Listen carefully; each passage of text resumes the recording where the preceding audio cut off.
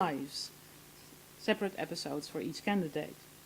Afterwards, Dr. Phil asked his audience to go to the forum, to the Dr. Phil boards, and talk about their own family lives.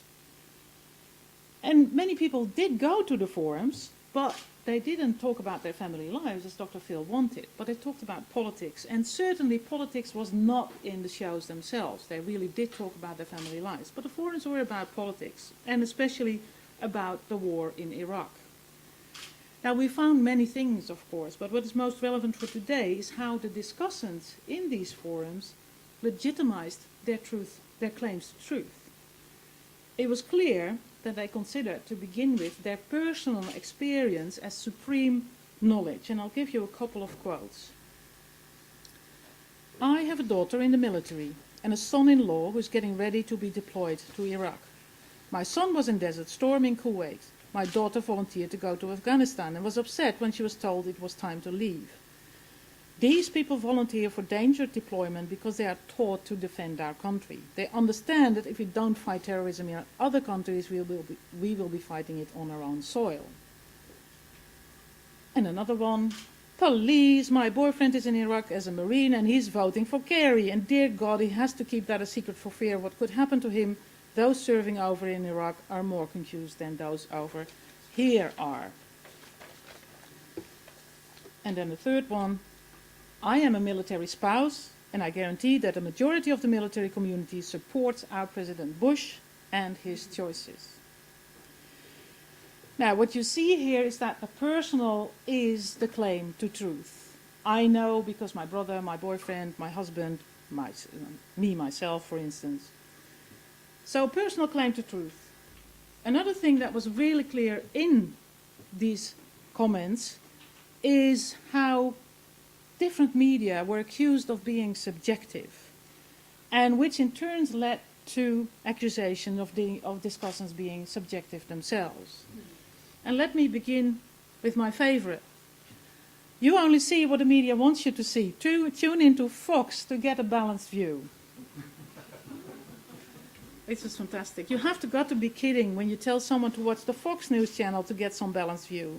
They're so pro-Bush, it's ridiculous. I would believe CBS before I would believe Fox. You would believe CBS before Fox because CBS is backing up your liberal slant. You watch Fox because it tells you what you want to hear. And I could go on like that, of course. Some people say, go to the BBC, and then, of course, the BBC gets a rant. Now, what we see through these examples and through words like post-fact society and truthiness is a full-blown epistemological transformation, as I said, a knowledge crisis. A transformation in public thought about what counts as knowledge, about what is true, who speaks the truth.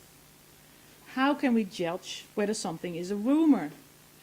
The rumor that Obama is a Muslim doesn't seem to disappear. And it's not likely to disappear again, according to Farhad Manjoo, because, and I quote, if something seems familiar, you must have heard it before, he says. And if you've heard it before, it must be true. And on top of that, it doesn't really matter if the rumor is true, if people believe it to be true. If people perceive things as real, they are real in their consequences. Now, we could add an exam question to that, but it's a quote from the famous sociologist W.I. Thomas from 1923 already. It's no wonder then, with rumor and reality converging, that so many people have reservations about things they have not witnessed themselves, about things they hear from the media, about things politicians tell them. Is that distrust? Is that cynicism? Is that a critical attitude, maybe? Let's postpone that question for a minute and consider more precisely what we are witnessing. I propose to label the current attitudes to knowledge not as epistemology but as I-pistemology. And if epistemology is concerned with questions about the nature, the sources and the methods of knowledge, then I-pistemology has a certain way of answering these questions. First, with a reference to I, as in me, myself, and I. Dr. House says, everybody lies. Agent Mulder of the X-Files says, trust no one. And that seems to have become a general mindset. If I cannot believe the media, science, government, or what have you, what else can I do than recur to myself as the source and the arbiter of truth? Second, the I refers to the internet, of course, but not as in interactive internet. All the knowledge we want is on the internet, and all the knowledge we want to believe we can find on the internet as well. Internet creates a selective and therefore safe exposure to the truth we like. And better still, we can add to these truths, for instance in the Dr. Phil debates. And in other research about fitna and the Islam debate on YouTube, we have concluded on the basis of analysis that the internet is a space of multiplication of religious and political identities, of demonstrations that don't meet each other, of ships passing in the night, another old Englishman that we can quote here. Thus the I stands for the internet, but it doesn't stand for interactive, which is important. And finally, there's the I in epistemology that refers to identity politics. And this is where, in my view, the main challenge for critical scholars comes in. For we know quite a bit about subjective knowledge, and the evidence of personal experience as sources for political mobilization from new social and religious movement research, and especially from the women's movement and feminist theory, is also quite extensive. Through its slogan, "The personal is political," the women's movement managed to put issues formerly considered private onto the political agenda. And for the younger generation, think about domestic violence, think about rape within marriage, think about body politics, and especially about abortion. The slogan also meant that personal experiences can add up to a collective truth. And that was not left to coincidence, but was systematically stimulated in consciousness-raising groups. And for much of the women's movement, the personal was not only political, it was also true.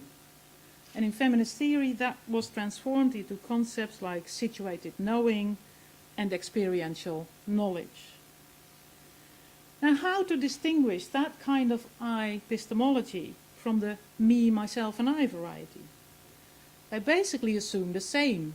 I am the source of truth. I am the way, I am the light, I am the truth. But they work out very differently.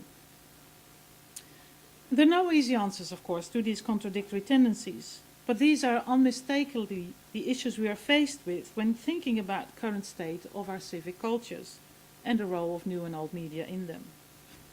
We can ignore them and still assume a rational and predictable citizens that fit a rational choice model. We can face them and condemn the narcissism of the current atmosphere, but both is not very helpful. We have to deal with it differently. As he says, it's all about me.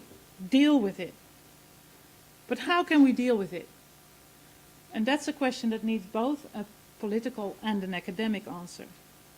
And the political, of course, comes from the fact that I'm an old-fashioned feminist and critical scholar.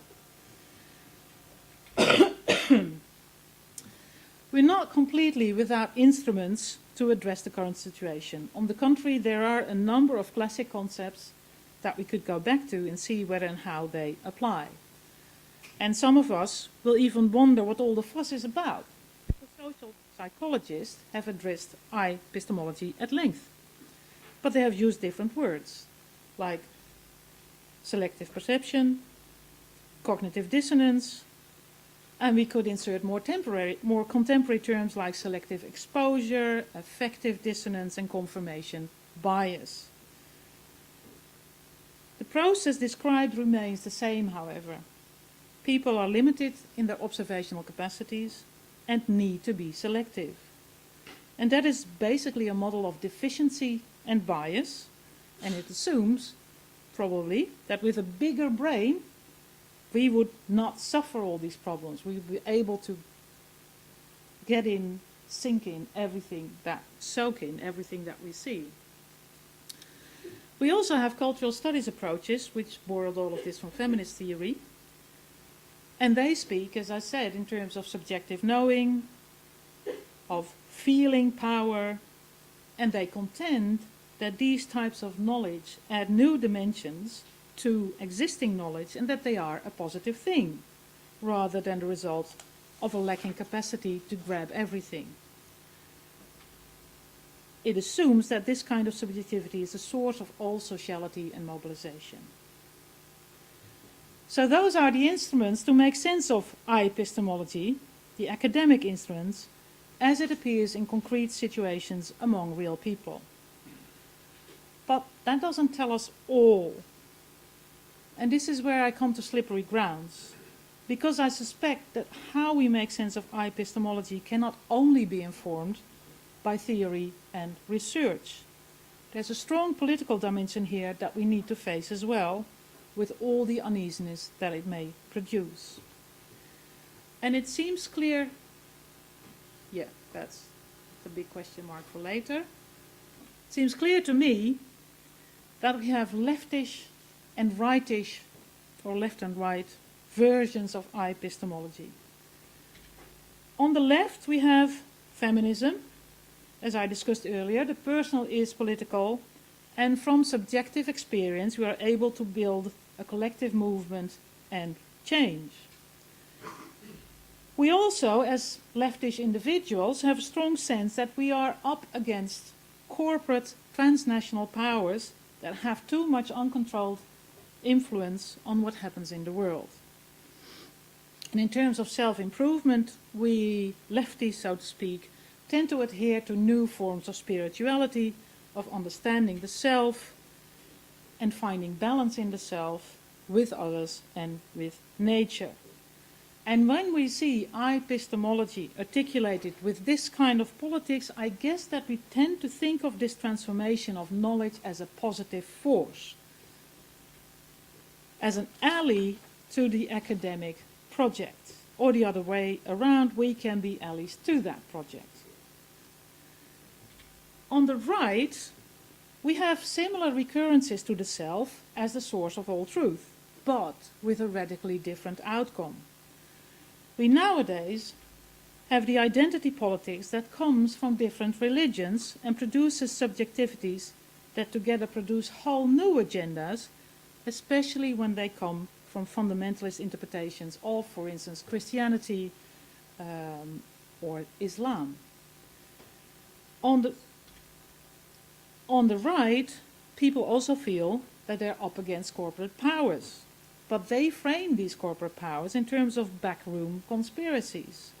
And some conspiracy theories about, for instance, the US themselves bringing down the Twin Towers in order to have an excuse to invade Iraq and protect their oil interests, these theories come pretty close to classic Marxist analysis of international relations. And finally, on the right, people also aim to improve themselves, but they do that in a different way. They claim their rights. They feel they're entitled to more rights, to more respect. So instead of spirituality, we get a vocabulary of entitlement there. Whenever we encounter epistemology in this kind of political form, we tend to see, I suspect, we tend to see this in terms of regression to conservatism, as irrational suspicion, and as deleterious egoism. So epistemology on the left is good, whereas epistemology on the right is bad. But are we that simple and predictable? Is that fair? And what would happen if we would try to turn things around a bit and see if different perspectives are possible? And of course I'm running out of time here. So what I'll do is I'll put these quotes up again. What kinds of knowledge are required for the vitality of heterogeneous civic cultures can never be established once and for all, but must always be open for discussion. And what I suggest is that epistemology, as it was articulated in the 1960s, 70s and early 80s with the new social movement, was part of a particular kind of limited political project. Whereas now epistemology has become mainstream in a way. And instead of becoming a subversive